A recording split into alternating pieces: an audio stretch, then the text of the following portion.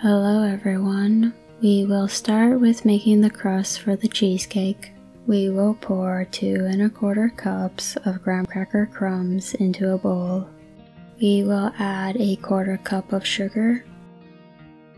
And lastly, 10 tablespoons of melted butter. Now we will whisk it all together. After everything is mixed well together, we will pour our crust into our pie pan and pack it firmly.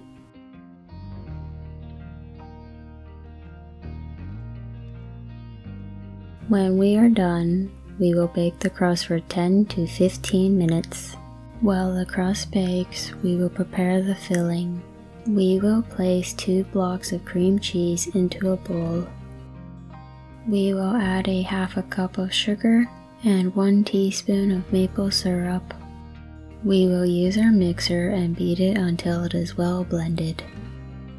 After it's well blended, we will crack in 2 eggs.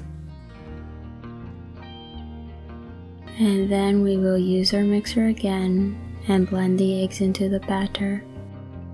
When we are done, we will add in our blueberries. Feel free to add as many blueberries as you want. We will use our spatula to mix the blueberries into the batter. When we are done, we will put our batter to the side and grab our crust. We will now pour our batter into the crust. We can use our spatula to help get the batter out of the bowl. I will get caught up in scraping the bowl of batter that I don't know if the cheesecake began to overflow. I really should have used a bigger pan.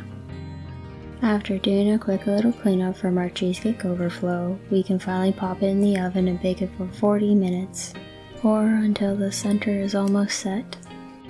When the cheesecake is done baking, we will let it cool for a bit, and then we will refrigerate it for 3 hours. Thank you everyone for watching my video, and I hope you enjoy your cheesecake.